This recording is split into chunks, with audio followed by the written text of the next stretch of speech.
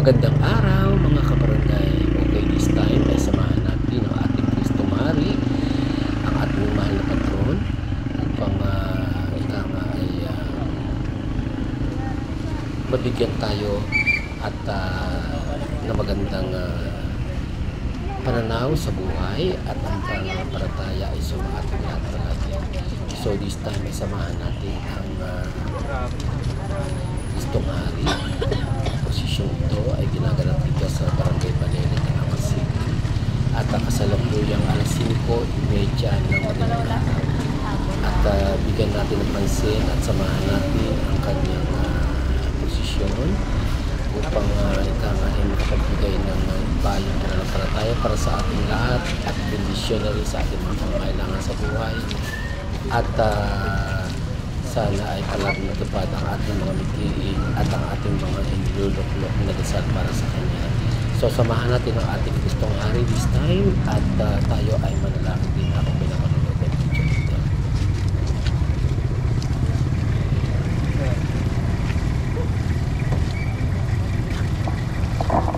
Good morning, Father.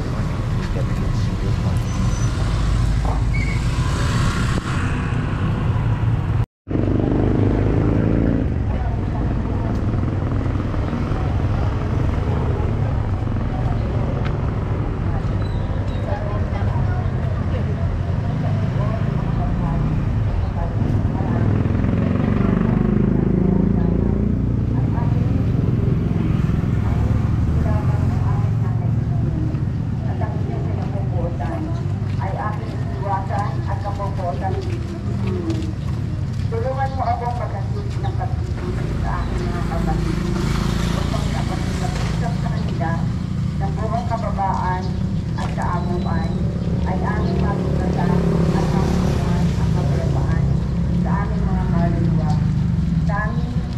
Sa naalamang na ito, ako po ay ikagagamit pa dumasayod mong pag-ibig. Amen. Ama namin, sumasalangit ka, sambahin ang ngalan mo.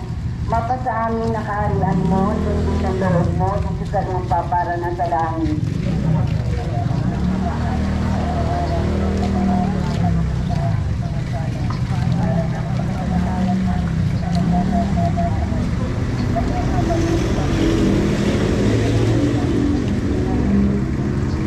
Aba, Ginoong Maria, na po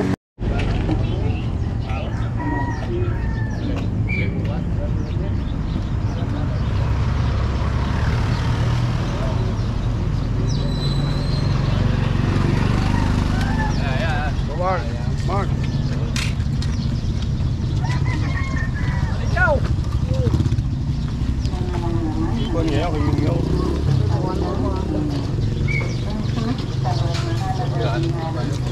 Katawan tao hanggang kamatayan. Ay, mapantog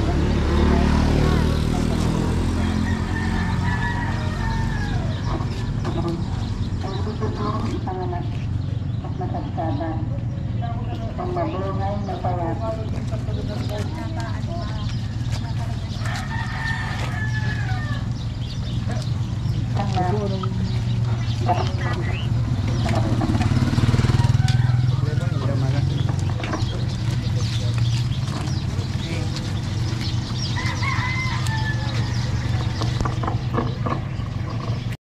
May mga nakatali yan. Isang buo lang to? Oo, isa lang. Teka, nakatali yan.